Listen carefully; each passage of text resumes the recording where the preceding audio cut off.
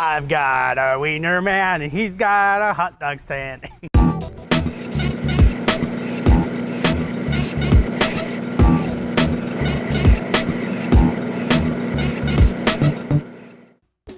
Anthony Weiner, yes, was found guilty of sexting and even pleaded guilty. We had Andrew Breitbart who broke the story to the people, and at the time, Andrew Breitbart was considered fake news.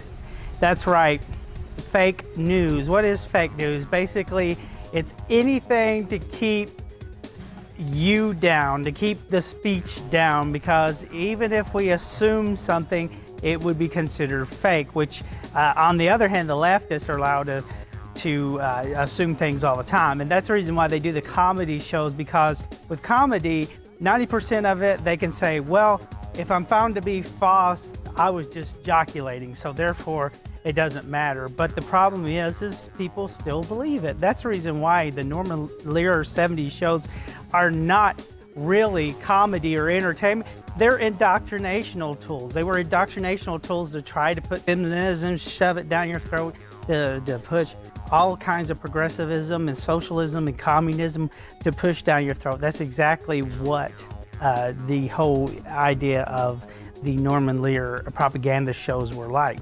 But anyways, with fake news, Andrew Breitbart was the one who released the texting about Anthony Weiner, and there was a mainstream media personnel who followed up on that and to Anthony Weiner, which he got upset about the whole situation, and Weiner looked disgusted. At one point, I remember there was an interview where when Weiner was running again after, he was found to be sexting younger girls, that, the cable guy was just disgusted by Weiner.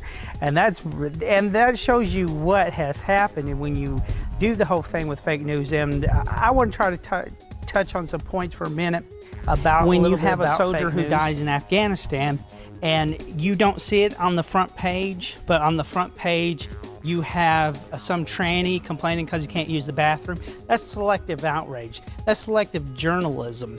And they'll try to do every talking point to get off real news that is actually happening. For instance, like you said, if I said how many soldiers have died in Afghanistan, no one would know. But if you ask them a question is on what state prohibited transgenders from going into their choice of bathroom, people would automatically say North Carolina, because that's the one that they want to talk about. That's the talking point. And so what we have is selective outrage. Now the question goes, is it the media's fault or is it the people's fault? For instance, like most of your major blockbuster movies that are out there is because there's no creativity nowadays. And so what they do is they have a safe bet, like the Avengers, or they have, another Star Wars come out. These are safe bets. So, and the problem is that's what the people want right now. Even though people like me, who's already gotten tired of the same thing. The question is because the transgender bathroom gets more hits than the Afghanistan bombing and soldiers dying, is that the reason why there's going to be more stories about transgenders in the bathrooms? A lot of things like we're talking about, like what Alex Jones does a lot of times, is he'll go through CNN or MSNBC and look at the things, and it's not the front page he picks out. He picks out a little story like Shabani, and he'll say, well, look at what Shabani has been charged of or been accused of, and instead of being the little thing, he makes it a big thing because his audience is more interested in that. So that's how you get the whole fake news. A lot of it came straight from the mainstream media, but it's at the bottom of the page versus the headline, which says Ellen DeGeneres is got sex problems. Okay, so there are people who don't give a care about Ellen DeGeneres and care more about Afghanistan, so they're looking for those things. And so instead of putting Ellen DeGeneres up there, they put that up front. Like for instance, like Hillary Clinton and her emails. The mainstream media would put out, the transgender bathroom, and then here's Hillary Clinton's emails down here. All right, and so instead of conservatives going after the transgender thing, they go for the Hillary Clinton emails and say, wait a minute, this was in your media, because most of it comes from about two journalistic perspective, which is Universal Press or Associated Press. And so what happens is a lot of that stuff is just goes to Associated Press and then is fed out to Fox and it's fed out to CNN, MSNBC, Alex Jones, and what doesn't matter. The point is that's where we get our media. Now, the question is what we pay attention to. And what happens with selective outrage is we grab that news that matters to us and then it's put forward. Like Huffington Post would look at the bottom of the page and say, instead of the Afghan soldiers, because we don't want to talk about that, oh, look, a trainee has got a new car. A trainee had to change out a transmission. So a trainee has to change a trainee. So they'll put that up front because that fits their agenda. Now on the conservative side, they'll see the Afghan soldier dying and they'll say, well, look, because of Barack Obama's policies, more soldiers are dying. So that becomes their main point. So it's not really fake news, it's selective outrage a lot of times. Now with Anthony Weiner, that was real journalism going on.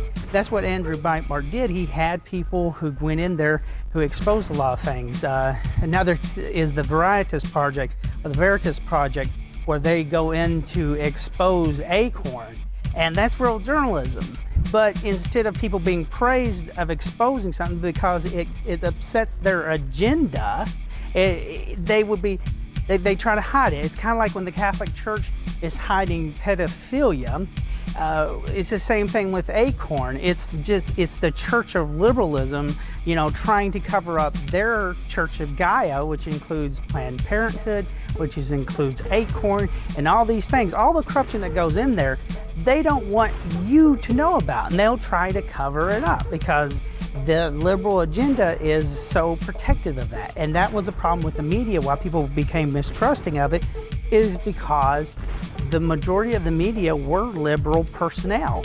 And that's what has happened to the whole situation. Andrew Breitbart is a lesson for us, is that we need to look into everything and keep an open mind, but also try to look at other sources. A lot of it is selective outrage. So what they're trying to do is block you from your outrage. And here's what amazes me growing up in the church. This is what makes me so mad, is people don't understand the church and understand is we had callings, different callings, and we understand about different gifts. You look at Paul talking about the gifts distribution, that everybody was not going to be alike. And so there was a saying in the church, and say, that's not my calling. Okay, there's certain things that are not your calling. Okay, now as far as feeding the poor, that is a responsibility and a commandment of Christ. But as far as there's certain things that we should be convicted of and we should think about and pray about before we get into, because it can cause a lot of danger to your family, okay? Or it can cause a lot of danger to you. It could cause a lot of danger between your relationship with God. So you have to pray about those things and do those things. Now they're telling us, and when you look at this fake news, is, you can't have this outrage. I can't be outraged at Planned Parenthood, forcing abortion upon young girls in mass institutions.